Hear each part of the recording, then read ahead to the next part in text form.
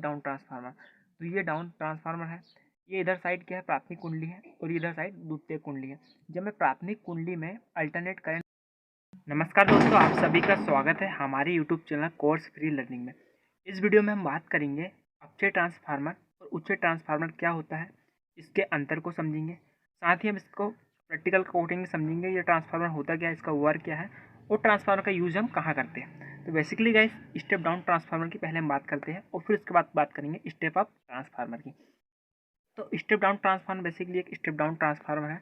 तो step down का मतलब क्या होता है, जो हाई वोल्टेज को लो वोल्टेज में कन्वर्ट करता है। बेसिकली ये ट्रांसफार्मर क्या करता है, जब इस ट्रांसफार्मर को हम 230 वोल्ट अल्टरनेट करंट देते हैं, जब इसके इनपुट में हम 230 वोल्ट अल्टरनेट करंट प्रोवाइड करेंगे, तो ये ट्रांसफार्मर को आउटपुट में क्या करेगा, हाई वोल्टेज को लो वोल्टेज में कन्वर्ट करेगा। तो ये 230 वोल्ट को 12 वोल्ट में कन्वर्ट करेगा। तो ये ट्रांसफर क्या करता है, जो एसी करंट होता है जिसे हम प्रत्यावर्ती धारा कहते हैं, उस प्रत्यावर्ती धारा को क्या करता है, कम या ज़्यादा करता है। बेसिकली ट्रांसफार्मर क्या है, तो ट्रांसफार्मर के बारे में अगर हम बात करें तो ट्रांसफार्मर, सबसे पहले बात करते हैं हम ट्रांसफार्मर की। तो ट्रांसफार्मर एक ऐसा डिवाइस है जो हाई वोल्टेज को लो वोल्टेज में कन्वर्ट करता है।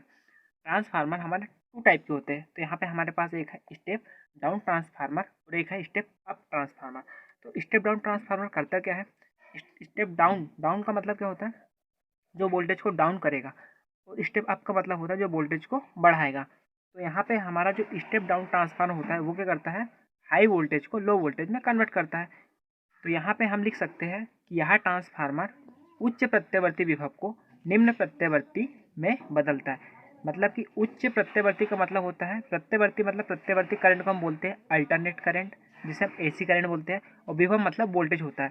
तो ये ट्रांसफार्मर क्या कर रहा है, हाई, ये एक ट्रांसफार्मर का डायग्राम है। ये कर रहा है हाई वोल्टेज, जब हम इसकी प्राइमरी वाइंडिंग में हाई वोल्टेज देंगे तो ये उस हाई वोल्टेज को लो वोल्टेज में कन्वर्ट करेगा। कौन, स्टेप डाउन ट्रांसफार्मर। तो यहाँ पे हम इसके जब एग्जाम में क्वेश्चन आएगा तो यहाँ पे लिखा रहेगा स्टेप डाउन ट्रांसफार्मर और स्टेप अप ट्रांसफार्मर। तो हम डाउन से समझ लेंगे कि ये क्या कर रहा है, ये हाई वोल्टेज को लो वोल्टेज में कन्वर्ट कर रहा है। अब हमारे पास नेक्स्ट क्या है, स्टेप अप ट्रांसफार्मर। अप का मतलब होता है जो वोल्टेज को क्या करेगा, बढ़ाएगा, हाई करेगा। तो ये क्या करेगा, इसका उल्टा करेगा। ये क्या करता है, ये ट्रांसफार्मर लो वोल्टेज को, जब हम इस ट्रांसफार्मर की प्राइमरी वाइंडिंग में लो वोल्टेज देंगे तो ये इस लो वोल्टेज को हाई वोल्टेज में कन्वर्ट करता है। तो ये ट्रांसफार्मर, अब इसके बारे में हम लिख सकते हैं एग्जाम में कि ये ट्रांसफार्मर निम्न प्रत्यावर्ती विभव को उच्च प्रत्यावर्ती विभव में बदलता है। तो ये क्या कर रहा है, जब हम इस ट्रांसफार्मर को निम्न प्रत्यावर्ती दे रहे हैं, मतलब कि निम्न एसी वोल्टेज प्रोवाइड करेंगे, तो ये क्या करेगा, उस निम्न मतलब जो लो एसी वोल्टेज है, उस लो एसी वोल्टेज को हाई एसी वोल्टेज में कन्वर्ट करेगा। तो ये ट्रांसफार्मर का वर्क हो गया। अब ये ट्रांसफार्मर जो हमारा स्टेप डाउन ट्रांसफार्मर होता है, ट्रांसफार्मर में धारा की प्रबलता को बढ़ाता है। ये करता है जो करंट होता है उसकी प्रबलता को क्या करेगा, बढ़ाएगा। कौन, स्टेप डाउन ट्रांसफार्मर। लेकिन हमारा जो स्टेप अप ट्रांसफार्मर होता है वो धारा की प्रबलता को घटा देता है। अब सेकंड हमारे पास क्या है, इसकी द्वितीयक कुंडली में फेरों की संख्या प्राथमिक कुंडली में फेरों की संख्या में कम होती है। तो यहाँ पे मैं आपको समझाता हूँ। जैसे ये ट्रांसफार्मर हमारे पास बना है, तो ये ट्रांसफार्मर के इस तरह हम डायग्राम समझें, तो ये ट्रांसफार्मर एक स्टेप डाउन ट्रांसफार्मर है। तो यहाँ पे डाउन है, इसमें क्या होगा, ये इसकी कोर हो गई ट्रांसफार्मर की, और ये हो गई इसकी प्राथमिक कुंडली, और ये हो गई द्वितीयक कुंडली। तो इसमें क्या बोला, जो हमारी प्राथमिक कुंडली होगी तो उसमें क्या होती है, टर्नों की संख्या अधिक होती है। तो सेकेंडरी कुंडली कुंडली में टर्नों की संख्या कम होती है। मतलब आपको समझना है कि जो हमारा स्टेप डाउन ट्रांसफार्मर होगा उसकी द्वितीयक कुंडली में क्या होती है, टर्नों की संख्या मतलब कुंडली की संख्या कैसी होती है, लो होती है, मतलब कम होती है। और प्राथमिक कुंडली में कैसी होगी, अधिक होगी। तो आप एग्जाम में लिख सकते हो कि इसकी द्वितीयक कुंडली में फेरों की संख्या, मतलब जो हमारी द्वितीयक कुंडली है उसमें फेरों की संख्या प्राथमिक कुंडली की फेरों की संख्या से कैसी होती है, कम होती है। ओके, तो यहाँ पे ये हमारी द्वितीयक कुंडली है और इसमें फेरों की संख्या कैसी है, प्राथमिक कुंडली से कम है। अब इधर हम लिख सकते हैं कि इसकी द्वितीयक कुंडली में फेरों की संख्या प्राथमिक कुंडली में फेरों की संख्या से अधिक होती है। मतलब आप देखो, ये ट्रांसफार्मर है, ये ट्रांसफार्मर की क्या है, प्राइमरी वाइंडिंग है, और ये उसकी सेकेंडरी वाइंडिंग। जब हम प्राइमरी वाइंडिंग में आप देखेंगे तो यहाँ पे क्या है, टर्नों की संख्या कम है, और सेकेंडरी वाइंडिंग में टर्नों की संख्या अधिक है। तो यहाँ पे होता क्या है, जो हमारा स्टेप अप ट्रांसफार्मर होता है उसकी प्राइमरी वाइंडिंग में टर्नों की संख्या कैसी होती है, काफ़ी कम होती है, और सेकेंडरी वाइंडिंग में कैसी होती है, अधिक होती है। तो आपको अगर एग्जाम में अगर याद नहीं आएगा कि हमको ये अंतर कैसे करना है, तो आप ये जो नाम लिखा रहेगा स्टेप अप ट्रांसफार्मर, आप यहाँ से ये वाली जो हमारी लाइन है थर्ड वाली, ये अंतर आप निकाल सकते हैं। कैसे निकाल सकते हैं? आपको सिर्फ इतना समझना है कि स्टेप अप का मतलब होगा कि इसकी द्वितीय कुंडली में टर्नओवर संख्या कैसी होगी? अप होगी। अप मतलब अधिक, मतलब इसकी जो द्वितीय कुंडली है उसमें टर्नओवर संख्या अधिक है। आपको पता चल जाएगा तो आप लिख सकते हो कि मेरी कुंडली में कैसी टर्नओवर संख्या कम है। थर्ड अंतर इसका आता है, इसकी प्राथमिक कुंडली का तार द्वितीय कुंडली के तार की अपेक्षा पतला होता है। तो यहाँ पे मैंने एक डायग्राम बनाया हूँ। इसमें क्या है, जो हमारा प्राथमिक कुंडली है उसका तार कैसा होता है? पतला होता है, और द्वितीय कुंडली का तार मोटा होता है। इसकी प्राथमिक कुंडली का तार द्वितीय कुंडली की तार की अपेक्षा मोटा होता है। तो यहाँ पे आप देख सकते हो कि इसकी जो प्राथमिक कुंडली है उसका तार कैसा है? मोटा है, और द्वितीय कुंडली का तार पतला है। अब इसमें 5 अंतर हमारा आता है, इसका परिणामन अनुपात 1 से कम होता है। इसका जो परिणाम अनुपात है वो 1 से कम होता है, और इसका परिणाम अनुपात 1 से अधिक होता है। तो यहाँ पर ट्रांसफार्मर के बारे में हमने जो अंतर है, ये अंतर आपको समझना है। आपको ये अंतर याद नहीं करना है। आप अगर समझोगे तो एग्जाम में आप लिख के सकते हो। तो बेसिकली अगर आपसे कोई पूछे, जैसे बायोलॉजी में अगर आपसे पूछेगा कि ट्रांसफार्मर क्या है, तो ट्रांसफार्मर एक ऐसा डिवाइस है जो क्या करता है? हाई वोल्टेज को लो वोल्टेज में कन्वर्ट करता है। बेसिकली जो ट्रांसफार्मर होते हैं हमारा 2 टाइप के होते हैं। एक होता है स्टेप डाउन ट्रांसफार्मर, और एक होता है स्टेप अप ट्रांसफार्मर। तो स्टेप डाउन ट्रांसफार्मर क्या करेगा? जो डाउन वाला क्या करेगा? हाई वोल्टेज को लो वोल्टेज में कन्वर्ट करेगा। और स्टेप अप ट्रांसफार्मर क्या करेगा? ये लो वोल्टेज को हाई वोल्टेज में कम करता है।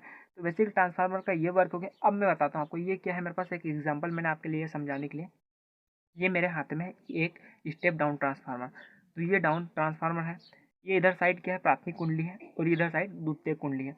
जब मैं प्राथमिक कुंडली में अल्टरनेट करंट दूंगा, अल्टरनेट करंट मतलब प्रत्यवर्ती धारा देता हूँ, तो प्रत्यवर्ती धारा इसमें मैं दूंगा 230 वोल्ट, वोल्टेज के रूप में दूंगा मैं 230 वोल्ट। तो ये ट्रांसफार्मर क्या करेगा?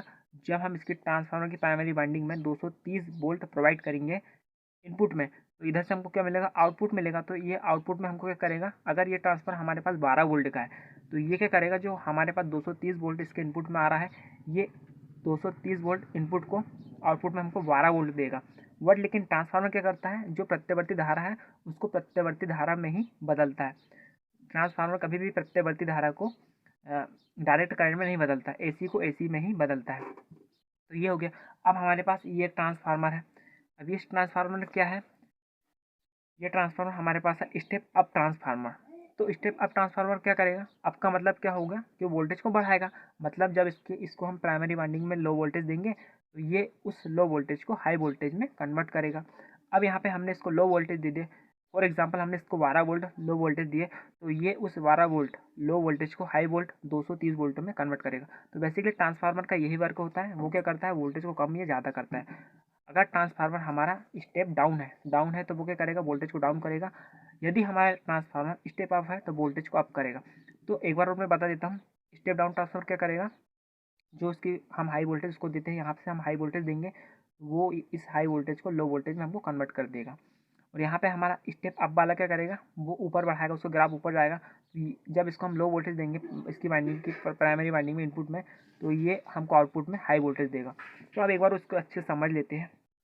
ये ट्रांसफार्मर उच्च प्रत्यावर्ती विभव को, मतलब इसको हम हाई प्रत्यावर्ती विभव देंगे ये ट्रांसफार्मर को, तो हाई प्रत्यावर्ती विभव को लो प्रत्यावर्ती विभव में बदलता है। ओके, इस यहाँ पे मैं एक बार और समझाता हूँ। जैसे हमारे पास क्या है? एक स्टेप डाउन ट्रांसफार्मर है और एक है स्टेप अप ट्रांसफार्मर। तो मैंने आपको बता दिया, स्टेप डाउन ट्रांसफार्मर हमेशा क्या करेगा? वोल्टेज को डाउन करेगा। तो जब हम ट्रांसफार्मर को, ये ट्रांसफार्मर है और यहाँ पे हमने हाई वोल्टेज दिए, तो ये हाई वोल्टेज को क्या करेगा? हमको लो वोल्टेज प्रोवाइड करेगा। तो यहाँ पे यही बात लिखी है, मेंशन है, ये ट्रांसफार्मर उच्च प्रत्यावर्ती विभव को, जो हाई प्रत्यावर्ती विभव है उसको निम्न प्रत्यावर्ती विभव में बदलता है। ओके, अब ये जो ट्रांसफार्मर है हमारा क्या है? स्टेप अप ट्रांसफार्मर, इसको हम बोलते हैं उच्च ट्रांसफार्मर। तो स्टेप अप ट्रांसफार्मर करता क्या है? ये ट्रांसफार्मर निम्न प्रत्यावर्ती विभव को, जब हम इस ट्रांसफार्मर को यहाँ से लो वोल्टेज देंगे, तो ये उस लो वोल्टेज को हाई वोल्टेज में कन्वर्ट करेगा। तो यहाँ पे ये ट्रांसफार्मर निम्न प्रत्यावर्ती विभव को उच्च प्रत्यावर्ती विभव में बदलता है। अब सेकंड लाइन क्या है?